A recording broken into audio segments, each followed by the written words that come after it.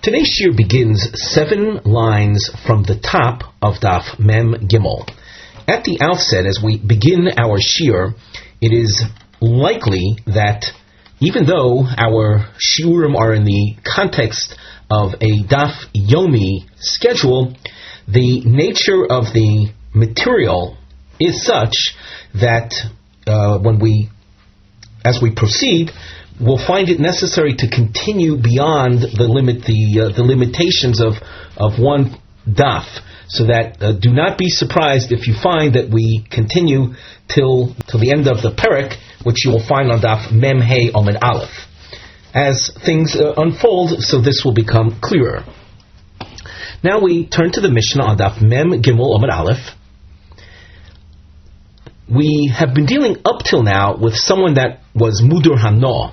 But here we have a person, we'll call him an outsider, someone walking along, and Omar Lo Hashileni Porascha, and he says to the owner of a cow, would you loan me your cow? Omar Loi Eino Penuya. The owner of the cow says, it's not available. And Rashi adds here, it was in the middle of doing some task, and the potential borrower got very upset at the owner of the cow, and he said,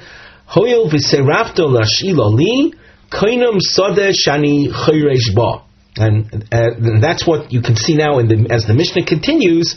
Omer, the passerby, says, oh, you're not loaning it to me. Then I impose a vow on myself, kainim sodi, shani choresh bo liolam. Then that I impose upon my field that the use of the cow, the use of your cow, would involve me in violating a neder, a vow. So he imposed on himself this restriction that I'm never going to plow my field with your cow. And as Rashi says, I'm never going to plow my field with your cow. And then the owner of the cow, at some point in the future, he loaned this guy the cow. What is the story? So now the Mishnah continues. Im hoya darkoi lachrosh. If the practice of this guy was for himself, he himself plowed his field. He wasn't a person that hired others. He would plow his own field. Then the result of this vow is hu aser v'chol adam mutarim. The fellow himself cannot borrow the cow. However, someone else could plow the field with that cow. In other words, someone else could plow this guy's field with the cow. The point being that since the passerby was accustomed to plowing it himself, when he vowed as he did, his intention was quite personal regarding his own use of the cow in his field. But he did not have intention in the vow of excluding others from plowing his field with that cow. However, if the passerby was not someone that ever plowed his field himself anyway, he would always hire others to do the work, then hu v'chol adam asurim, then he and all others are prohibited in using this cow for that field. Hamudar hano mechavero. And here we have a topic heading that accompanies this on the side. Under the nosei, it reads, Eizu derech yesh lo lamadir hano la'azor lamudar sheniklo l'metzuka. What solution is there for someone who imposed a vow prohibiting someone else, prohibiting his friend from benefiting from him, and that friend is in trouble, finds himself in trouble? Shel ein lo ma'lechol, maybe he doesn't have anything to eat. Ein lo mi sheyetakein lo tikunim techufim, or he needs some repairs, and he has no one that will help him in the repairs. Now the Mishnah continues. So we have a mudur hanome chavero, someone imposed a vow on someone else. The ein lo ma yochal, and now the person who's we'll call the subject of the vow has nothing to eat. The double underlining simply highlights the different situations. So holech eitzel hachenvoni v'oimer. The madir, the one who imposed the vow, goes to a shopkeeper, a grocer, the Omer, and he says, Ish ploni mudar mimeni hano. So and so cannot benefit from me because of the vow that I made. V'eni yodeh ma'as, and I don't know what to do.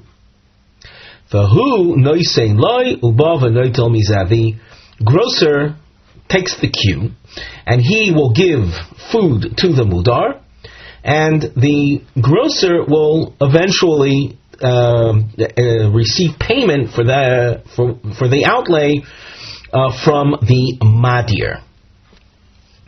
Hoya beisoy livnos gidroi ligdor sodeu liktzar. The mudar had a house that needed building, needed repairs, a fence that needed to be repaired, a field that needed to be harvested, and he had no one to help him out. And the madir became aware of this. The madir, the one who initiated the vow, goes to workers and says to them, Ish ploni mudar mimeni hano, so and so cannot benefit from me by virtue of the vow that I imposed. V'eini yodeh ma'as, and I don't know what to do. And they took the cue. They do the required work. And then they will come and take payment for their services from the madir. The mudar and the madir are walking along on a road, and there is no food, and the mudar has no food.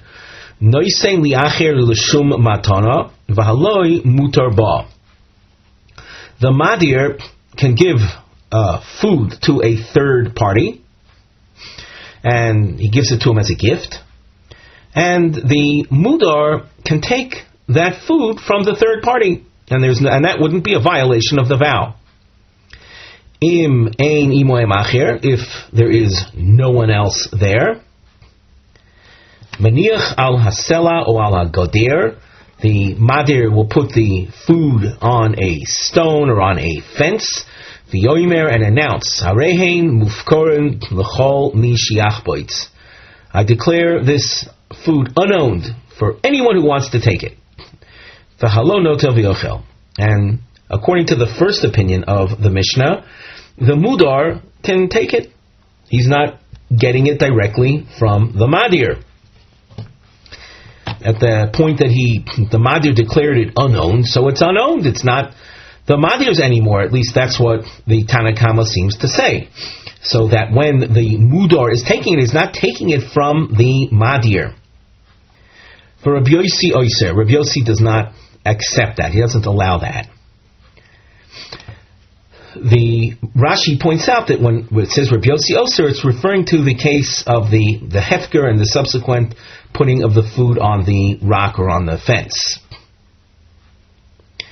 In the previous cases, where the madir said, I don't know what to do, after becoming aware of the mudar's plight, the Mishnah gave a solution, and Rashi adds that the other approach that one might have thought wouldn't be allowed, and that is for the madir to tell the chenvani, would you give so-and-so the required food, or to tell the workers, would you go help so-and-so in his repairs?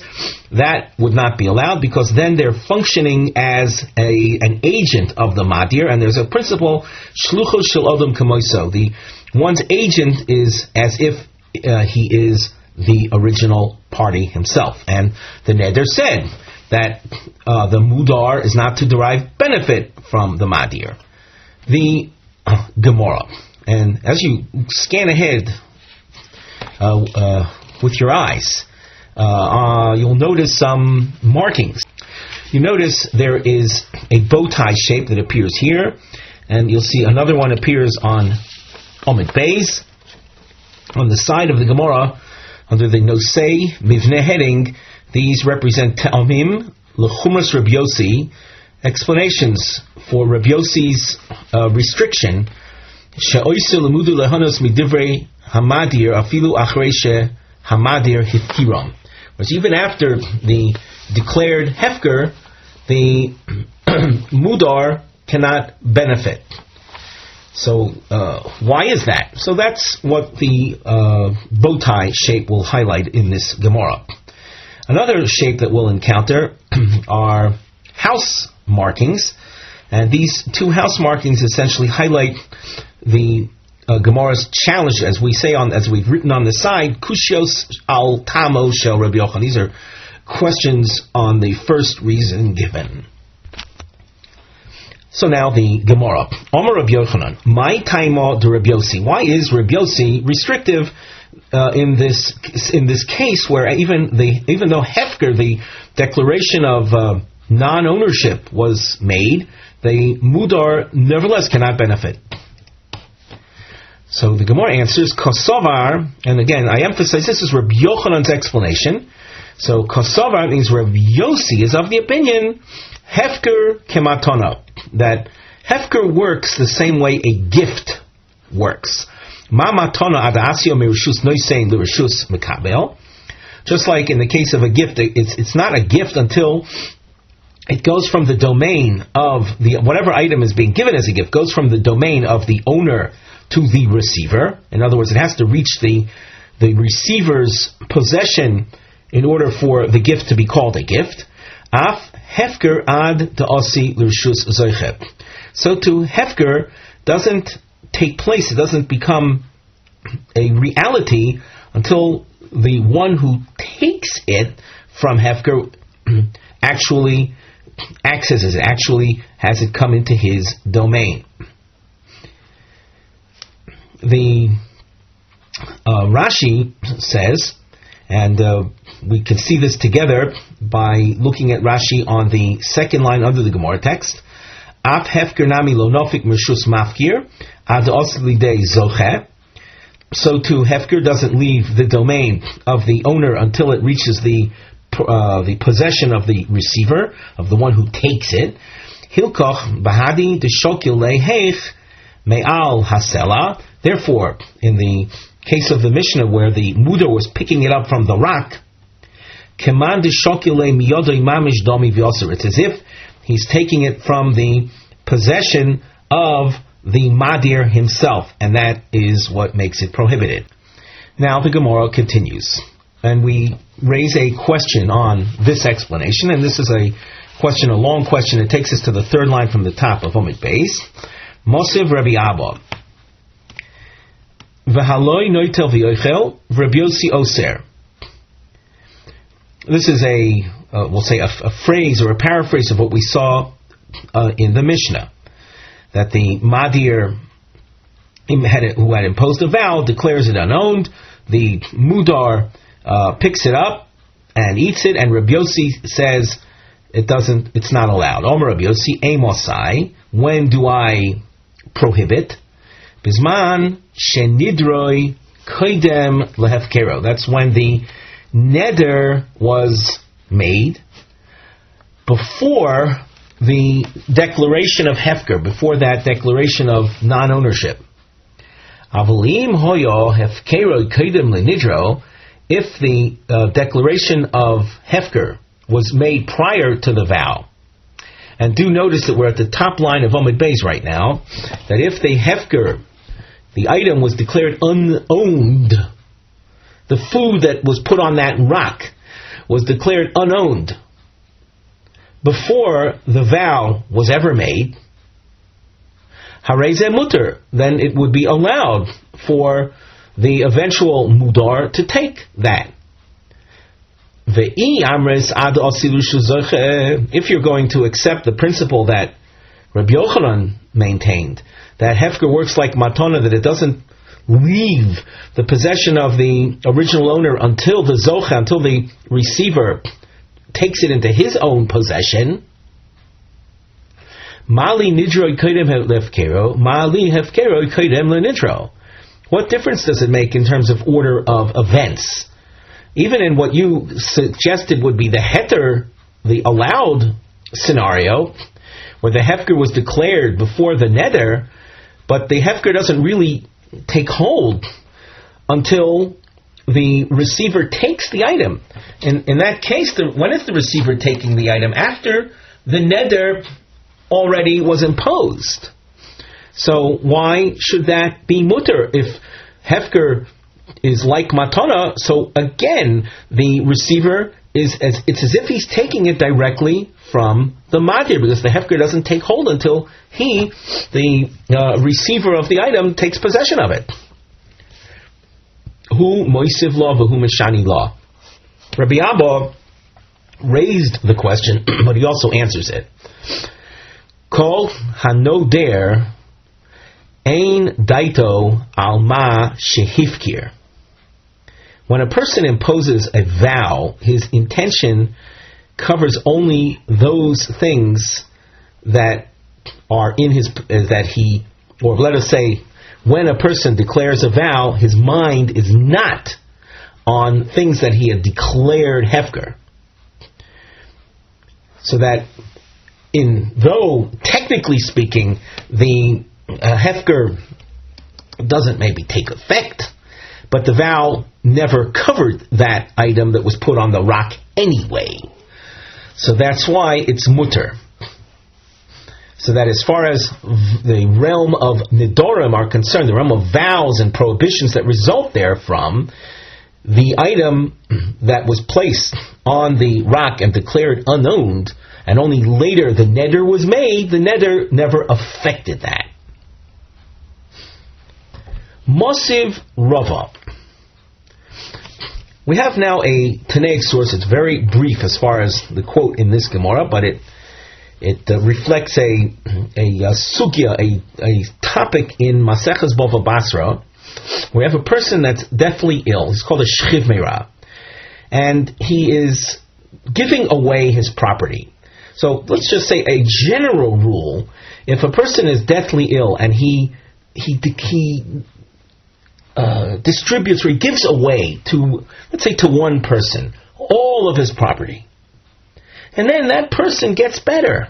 You could say he miraculously got better. It wasn't anticipated. The gift that the shchiv meira gave is canceled, is off, because when you see a person giving away all his property in the context of an illness, it's only because he's anticipating death. But if he recuperates beforehand, so then the gift is off. However, a person who's deathly ill, who gives someone part of his property, not everything, and when he gives the gift, he's keeping for himself some things. Would you say that he's giving the gift out of concern or worry of his impending death? If that were the case, why did he keep other items for himself? Person, as you know, doesn't take anything with him other than his mitzvahs and his maisim tovim to the grave.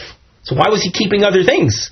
So in such a case, a person who's deathly ill, who gives only part of his possessions to someone and then gets better, that gift is maintained. It's not overturned. It's not undone as a result of his recuperation. Now we have a Tanaic source that features a shchiv meira, person deathly ill, and we read in the Gemara, Miktsasan l'rishon v'kulin l'sheni. He gave part of his possessions to Mr. A, and the balance, the word kulana means all of it, but in this case it means, and the rest of his property to Mr. B. Rishon kona, sheni loy kona. In the event that the shchiv meira gets better, so the first one, Mr. A, he keeps whatever he got. Mr. B does not keep, because when Mr. B was assigned the gift, that represented everything that was left in the possession of that shchiv meira. And as we said, when someone gives away his last item in a state of, morbid illness, so the gift is undone, is overturned when he gets better. But now, we heard a rule in the name of Rabbi Yochanan that gifts take hold only when they reach the hand of the receiver. We take a look at the Rashi, Rishon Kona Sheni Lo Kona, in the middle of the narrow lines, V'imomad, and if the owner gets better, Chozer B'Sheni Ve'enu Chozer B'Rishon, the second party gift is reversed, and not the first party. The Shekashakosav L'Rishon Shir Le'atzmo, he gave over properties to the first person, to Mr. A, he kept some for himself. What did he keep for himself? Whatever he gave afterwards to Mr. B, at the point that he gave what he did to Mr. A, that represented items that he kept for himself. The gift, though given to Mr. B, is reversed because the original owner didn't leave for himself anything. And that's why Mr. B doesn't acquire. If you're going to say, as the rule was suggested, that a matana doesn't take hold until it reaches the hand of the receiver, why does the first guy get his gift any more than the second guy? Since it didn't reach his hands, lo havi shelo, doesn't belong to him. And just like the gift given to the second one is considered is considered that which was left over vis-a-vis the gift to the first one. And it's for that reason you say that the gift given to the first one is a real gift, because it wasn't the last ounce of property. You can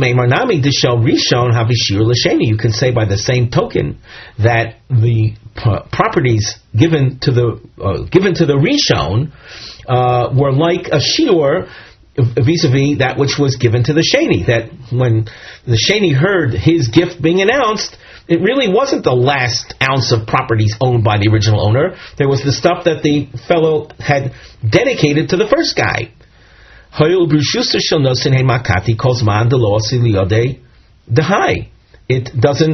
It's not considered a gift as long as it hasn't reached the hands of the receiver. From the fact that the first guy does keep the gift, even though he didn't take actual possession of it, therefore Rabbi Yochanan's principle falls away. That he described a gift is not considered a gift until it gets to the hands of the receiver.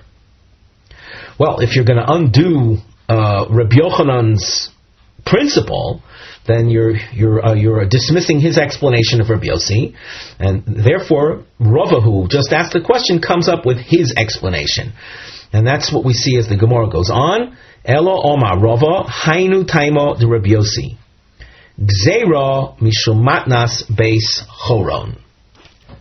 Now, matnas beis choron, you will see, is explained or touched upon by Rashi. But before we do the Rashi, let us just remind you or emphasize that we're dealing with Nedarim. We're dealing with a vow. And things that appear as a subterfuge, as an outright, we'll say, trick to get around the vow, that will be unacceptable.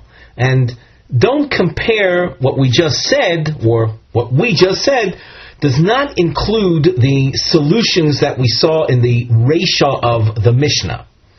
But the case of Matnas Beis Choron appears to be a real subterfuge. But of course we don't know what it is yet, so we look together in the Rashi. Mishum Matnas Beis Choron, in the wide lines, Kedisnan Bepirkin Lekamon, as is featured later in the Perek. In the next Perek, the Mukha Milsa, the Lo Nitna Lechavero Ela Bishvil Shiava Abba V'Yochal. In that particular case, you had a son. We're going to be talking about 3 generations. So you have a grandfather, a son, and a grandson. In that story, the son was making a wedding for his grandson. For whatever reason, that son had made a vow that his father, i.e. the grandfather, cannot derive any benefit from the son. And behold, the son was making a wedding for the grandson. What is he to do? His father won't be able to attend and eat from the meal. So the father of the groom, father of the son, who had made the vow, gives the entire catered meal to a friend, to an outsider. And he says, I'm giving you all of this. The entire catered meal is now yours. And we'll see more details about it later in the next parak, but he did so expressing his intent that with my giving you this gift, now my father will be able to partake of the meal, because he's partaking of food belonging to you and not belonging to me. So we said that it's so obvious that the gift there was a mere subterfuge. So all things that could lead to that are also going to be prohibited. So the Rashi goes on.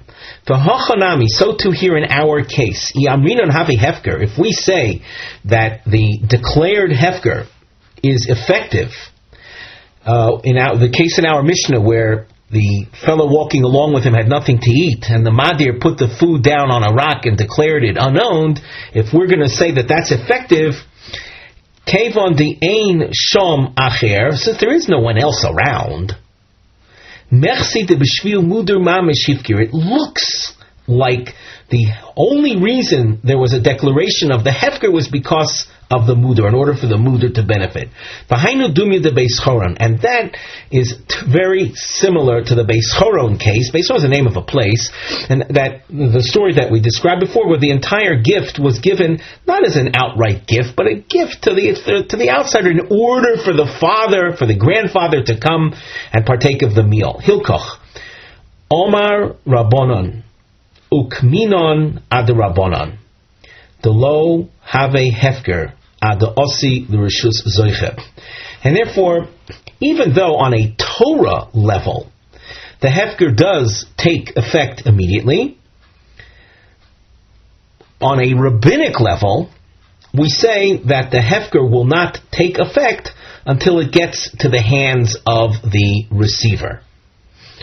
So that Rabbi Yossi, what's motivating Rabbi Yossi is a rabbinic consideration, and that's why he doesn't allow the hefkered food placed on the rock to be used by the mudar. So that as we go through the Gemara, we're going to have to keep in mind we'll call it the levels. Was it Doraisa or Dorabonon? This issue of when and how the hefker is chal. When does it take place? Is the hefker something that takes place immediately? That would seem to be, according to Rabbi Yossi, on a Doraisa level, it would take place immediately, but on a Dorabonon level, no. And according to the Tanakama, who did allow the rock hefker method to enable the mudar to get the food, it's because the hefker works immediately. He doesn't make the gzeira, this restriction in anticipation of a case like the matnas beis choron. Tanya, we now present a Tanaic source, and as we go along the Gemara, after reading the Tanaic source, which continues to the beginning of the 5th line from the top on Daf Mem Daled Amud Aleph, the Gemara will then present, we'll say, 3 different approaches in how to explain this Tanaic source. This Tanaic source will touch on laws concerning hafroshas of trumas and maisrus, the laws of tithing produce. And now, as a general principle, produce that one gathers from hefker, from something that is unowned, there is no tithing obligation. That's a general rule. The nosei, the topic heading that you see on the side of the Gemara, Mosai Chal Hefker. When does Hefker set in? Miyad Okshmagia Lidei Hazoche. Or when it reaches the hands of the one acquiring it. So now we have a source, Tanya. We also break the source down into the Reisha and the Seifa. The Reisha, the beginning of the source, says, Hamafkir Sodehu, someone who declares his field unowned. For the first 3 days, he can back out. In other words, for the first 3 days, the Shem Hefker, the classification of this field as being unowned, does not set in. And as we said, the legal ramifications of the Shem Hefker being Chal is, will it be exempt from tithes or not? So during the first 3 days after the declaration of Hefker is made, it is not really Hefker. Mikan v'elech. From that point onwards, Ein Yochol Lachzor Bo. He cannot back out, and from that point on, from after 3 days, it is considered exempt from tithes. It's what we say. We say it's potter from the maisris. So the Gemara continues at the top of Mem Daled Amud Aleph. Omar, a person declared, Tehei Sodezu Mufkeres Liyoim Echad, L'Shabbos Achas, L'Chodesh Echad, L'Shona Achas, L'Shavua Echad. He says, I want to declare this field Hefker, but for a limited time period. The source gives a number of examples for 1 day. For Shabbos Echad means 1 week. Chodesh Echad is 1 month. Shana Achas 1 year. Shavua Echad means 1 unit of 7 years. A unit of 7 years is called a Shavua. Literally a week, but a week is made of 7 days. Vis-a-vis the Shemitah cycle, which is a cycle that in which every 7th year is a sabbatical year. And at the end of 49 years, you have the Jubilee year. So this case speaks about, we'll call a time-limited Hefker declaration. What are the results? Ad sheloi zocha bo bein hu bein acher yochol lachzor bo. Until someone takes possession of it, whether it be the original owner who reclaims it or someone else, the Hefker can be reversed. Mishazocha bo bein hu bein acher ein yochol lachzor bo. From the point that someone takes possession of it, so there's no reversal of the Hefker. And what we see here? We see in the Reisha that the Hefker will take hold even without someone taking possession of it, just as long as 3 days go by. In the Seifa, we are given the impression that it's not Hefker until it gets to the Rishus, until it gets to the domain of the receiver. So there seems to be an inconsistency in determining when the Hefker sets in. The Rashi on the third line from the top says, Mishazocha bein hu bein acher afilu toich sho achas mishevkero zocha shum adam ohu ba'atzmo l'shum Hefker have a Hefker. If after the declaration of the Hefker, an hour goes by, even a moment goes by from his declaration, and someone takes possession of it, or he himself takes it back with the idea that he's taking it from Hefker. It's Hefker. The opinion reflected in the Seifa is that it's not considered Hefker until it gets to the domain of the receiver, of the taker of it.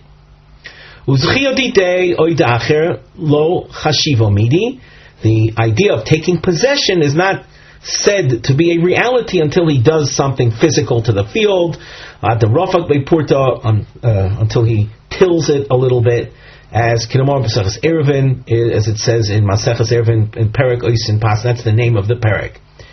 And Rashi gives the case in which that happened.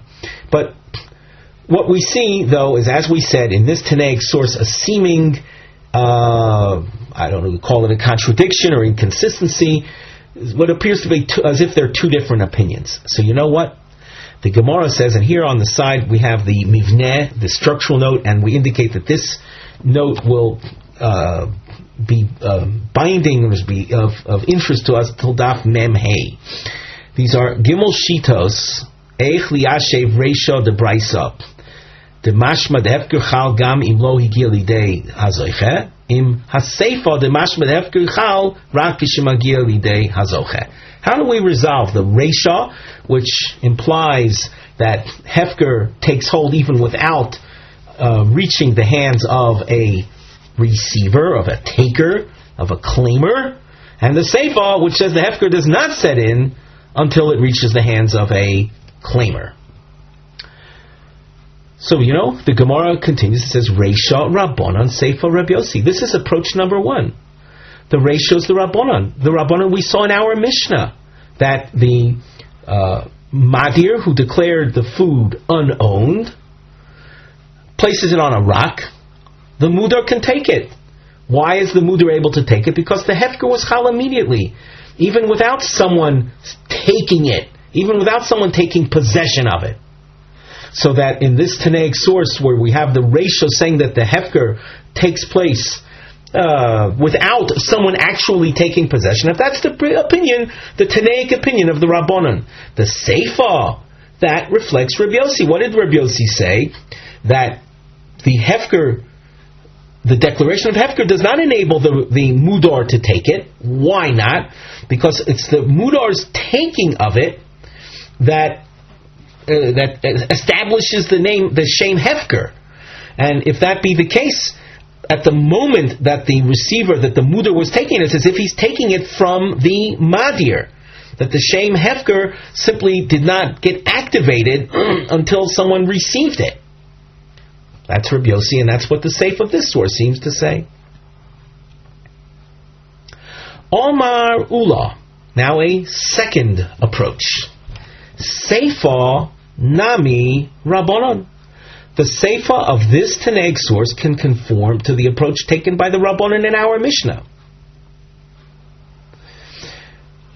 Ihachi, if that's the case, Amai, if the Seifa is according to the Rabbanon that seem to hold the Hefker is a reality even without someone picking it up. So Amai, why in the Seifa does it say Ad shelo yizocha bo bein hu bein acher yochol lachzor boi? That until it's picked up, until it's taken, the original owner can back out. What do you mean? When we say back out, it means back out, and it's not, and it never became Hefker because no one had received it. So Ula, he answers, Shiny Shana v'Shavua, the example of the Seifa was a Hefker that was a limited time Hefker from the outset. It wasn't a Hefker with, let's say, the full broad sweeping Hefker intentions. It was declared Hefker, but for a limited time. So it's unusual. And now we look together in the Rosh commentary. You'll see the Rosh commentary in the lower part of the narrow lines. V'shayni Hefker Lizman Deloshkeach, the case featured in the Seifa, which was a time-based Hefker, which is not common. Hilko have a Hefker Gorua. It's therefore considered something called a weak Hefker. Kevan Shelo Hefker Li'olam, since it wasn't declared unowned permanently. Umodu Rabbanan Behal, the Rabbanan will concede in this case, Shelo Gomar B'daitishi Hefker Ad Shizka B'odam. He didn't conclude in his mind, or he didn't dedicate himself to the Hefker proposition until someone would take hold of it. You can see that he thinks that no one, he's entertaining the thought that maybe no one will take it, and he'll be able to reclaim it. and thereby reversing the hefker status. Now we continue in the Gemara. Reish Lakish Omar, Midaseifa Reb Yossi. Reish Lakish emphasizes the Seifa as establishing who the author is, and from the fact that you see in the Seifa there is no hefker until someone actually takes it, which would reflect the opinion of Reb Yossi. So Reisha Nami Reb Yossi, the Reisha must thereby also be Reb Yossi. The idea of a Tanaic source being, split authored is not something that we generally like, and you saw Ula also felt that way. So, according to Reish Lakish, the Reisha is also in accordance with Reb Yossi.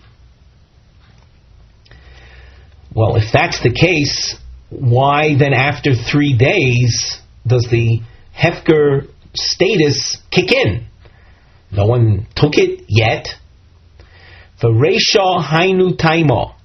And the Reisha, the reason that it's considered hefker, even though it didn't get to someone else's possession, the lo lishtakach Torah's hefker, so that the concept of hefker should not be forgotten. And as we said before, the concept of hefker has ramifications in many areas of halacha, and specifically here with regard to laws of tithing. The Gemara asks, if what's motivating Rabbi Yossi and the Reisha is so that people don't forget the rules of hefker, and they should see that the hefker is something that exists, and therefore it will set in automatically after 3 days. Why not have it immediately? So then, even at the first day, it should be considered hefker. If you're dealing here with a rabbinic consideration, namely on a Torah level, it's really not hefker until someone picks it up. But on a rabbinic level, it becomes hefker so that people don't forget the rules or the concept of hefker. So then even on the first day, it should be hefker. Omar Rabbo answers, he says, Mishmipnei haramoyin temafkirin v'hadrin bahoin. We're concerned with people that practice subterfuge, or if you will, fakers. People that, in this case, want to get around, they want to avoid the obligation of tithing. So what would they do? They'll declare their field unowned, and as we said, something that's hefker is not subject to the laws of tithing, and then he'll immediately reverse himself and take the field back, saying, "Oh, I'm taking this from hefker," and thereby trying to avoid tithing. So we say, listen, buddy, you declared it hefker, and yes, we're concerned that people don't forget the rules of hefker, but it's not going to be hefker until 3 days pass. And since there's this we'll say long wait for the hefker to set in, the Ramoyan, the charlatans, are not going to do what we suspect them of having done had the hefker been set in after 1 day. Avol de'oraisa lo have a hefker, but on a Torah level, the field featured in the source is not hefker. And if the field is not hefker on a Torah level, that means that midoraisa there is the need for tithing. What I would like to do before we go further in the Gemara is go over the Rashi commentary on a number of points. The Rashi that we're going to be looking at is in the wide lines, almost halfway down, where he says Reish Nami, referring to Reish Lakish's explanation of the Tanaic source, just like the Seifa, which says that it's not hefker until it gets into the possession of the receiver, the Reish is also in accordance with Rabbi Yossi. So Rashi says Reish Nami b'soich shloisha Uliachar shlosha, that time demarcation of within 3 days and after 3 days, Rabbi Yossi. This is in accordance with Rabbi Yossi. The Reisha hainu tam delachar shloshi yom imein yochol lachzer boi to have a hefker. And the ratio, you want to know why after 3 days he can't back out and it becomes hefker. Afal gavdelo asilu shus zoiche. Even though it didn't get into the hands of a receiver yet, mishum de lo lishtakach toras hefker. De midaraisa vaday lo have a hefker ad asilu shus zoiche. As we emphasized before, that on a Torah level it certainly is not hefker until it gets to the hands of someone claiming it. And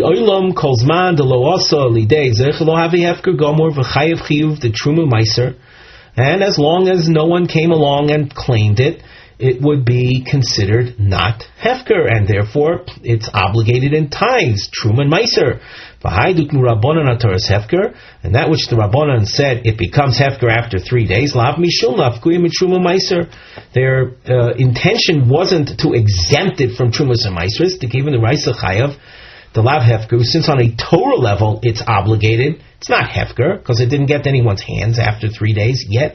Lo mifki the Rabbanan mitruma meiser. The Rabbanan can't come and declare it exempt from the tithes. The lav kol kamine. It's not within their power. Elo kadei shelo tishdakach toras hefker. Rather, what they try to accomplish with their rule is that the rules of hefker should not be forgotten. However, with regard to the limited time hefker, since those are not regular cases, not common cases,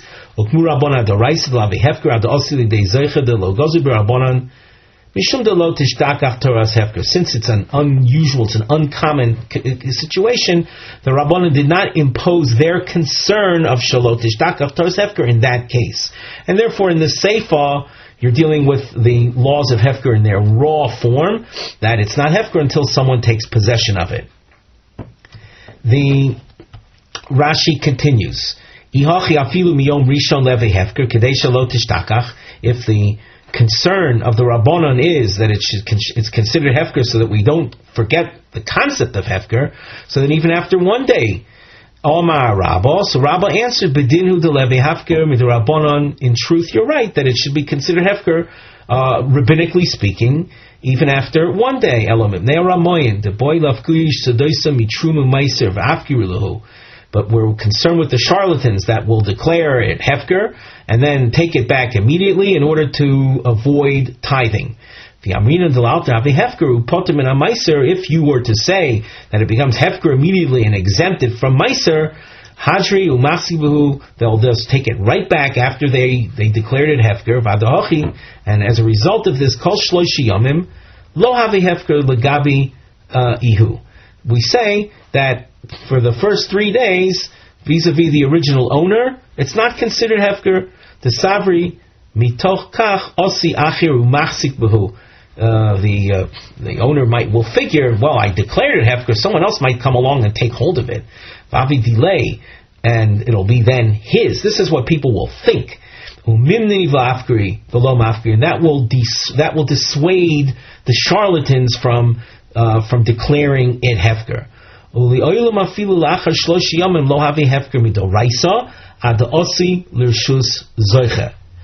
after all said and done, on a Torah level, even after 3 days, it's not considered hefker until it gets to the hands of a receiver.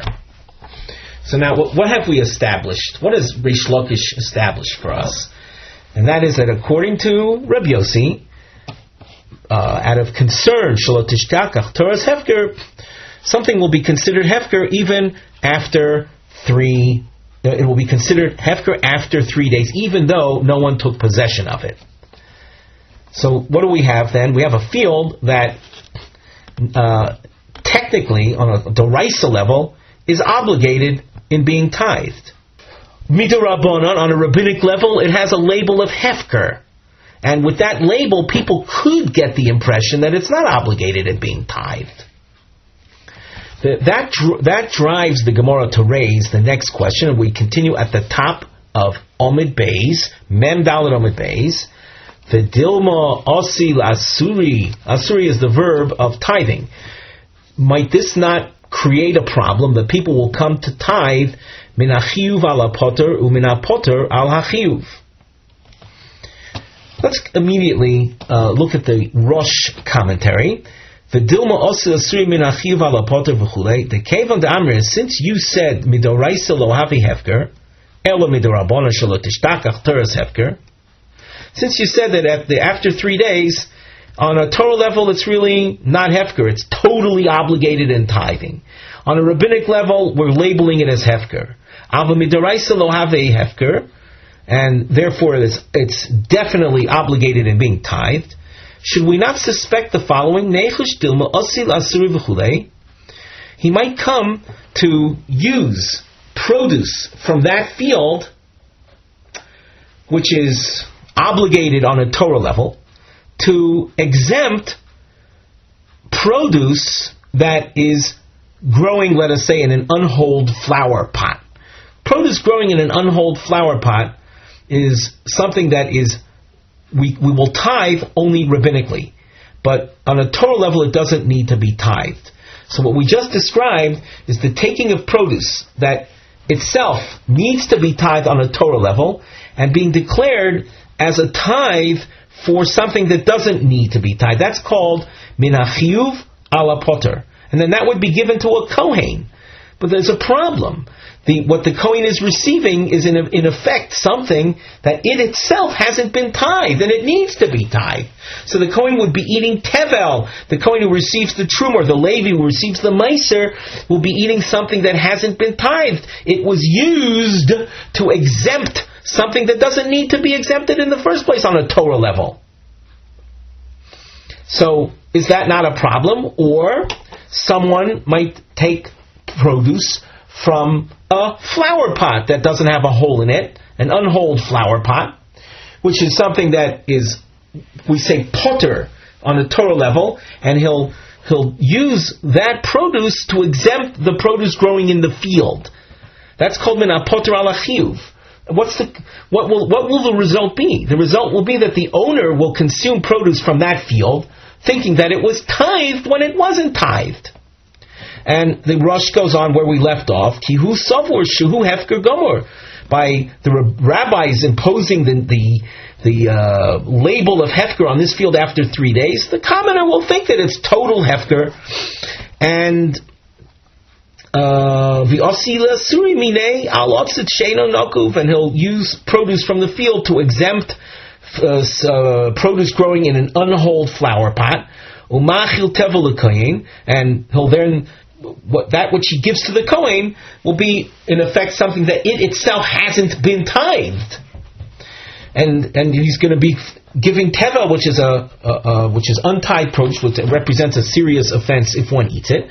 Or someone might take from an unholed flower pot to exempt the field, and then the owner, when he does eat from his field, will be eating stuff that's really not tithed, because the flower pot that was not holed is something that cannot be used to tithe when it itself doesn't need to be tithed on a Torah level. So you have this disparity, the Torah level versus rabbinic level. So this practice, is it not going to lead to this kind of problem?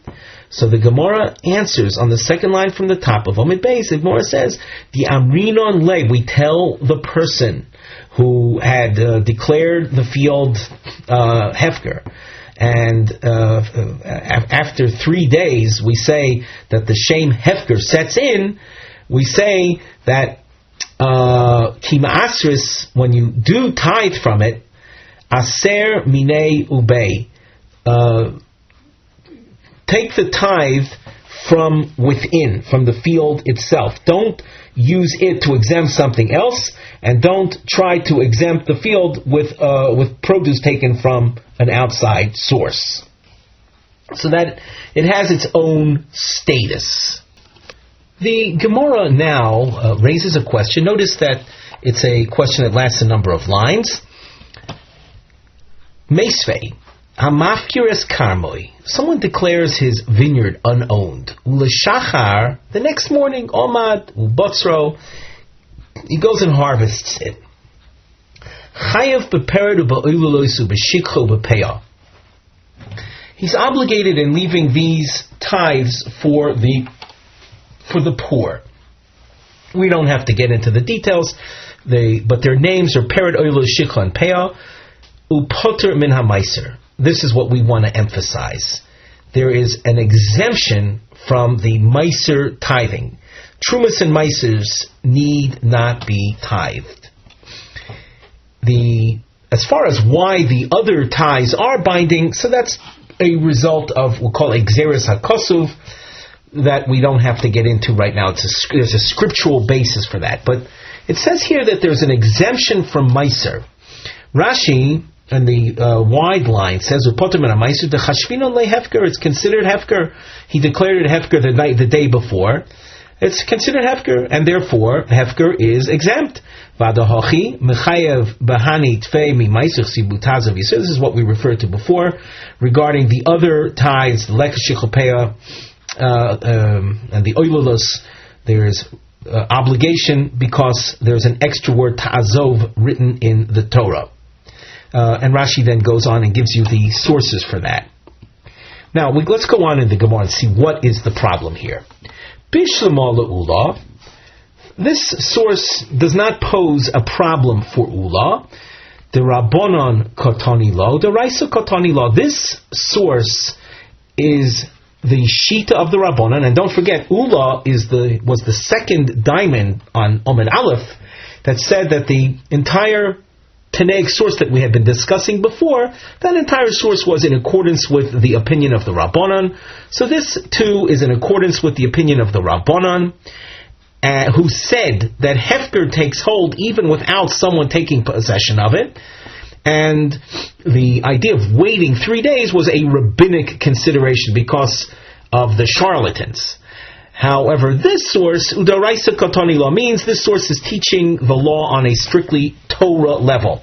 And on a strictly Torah level, the Hefker sets in upon its declaration as Hefker without needing someone else to take possession of it. But